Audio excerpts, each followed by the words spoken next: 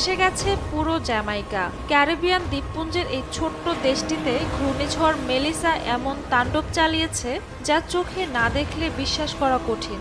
Category ৫ মাত্রার এই ভয়ঙ্কর ও শক্তিশালী ঘূর্ণিঝড়ের তাণ্ডবে ধ্বংস প্রায় সবকিছু। মুহূর্তের মধ্যেই জলমগ্ন হয়ে পড়ে দেশটির রাজধানী সহ বিভিন্ন শহর।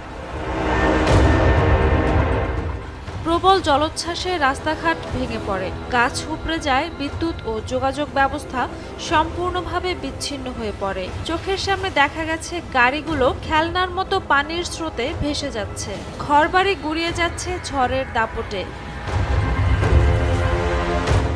শুধু মানুষই নয়, বন্যার তোড়ে ভেসে যাচ্ছে পশু পাখি পর্যন্ত। ভয়াবহ সেই দৃশ্যের ভিডিও ছড়িয়ে পড়তেই কান্নায় ভেঙে পড়েন অনেকে।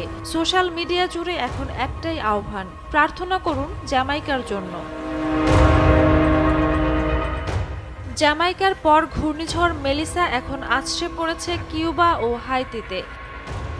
হাইতিতে ইতিমধ্যেই অন্তত ১০ জনের মৃত্যুর খবর পাওয়া গেছে। ধ্বংসস্তূপে পরিণত হয়েছে বহু এলাকা।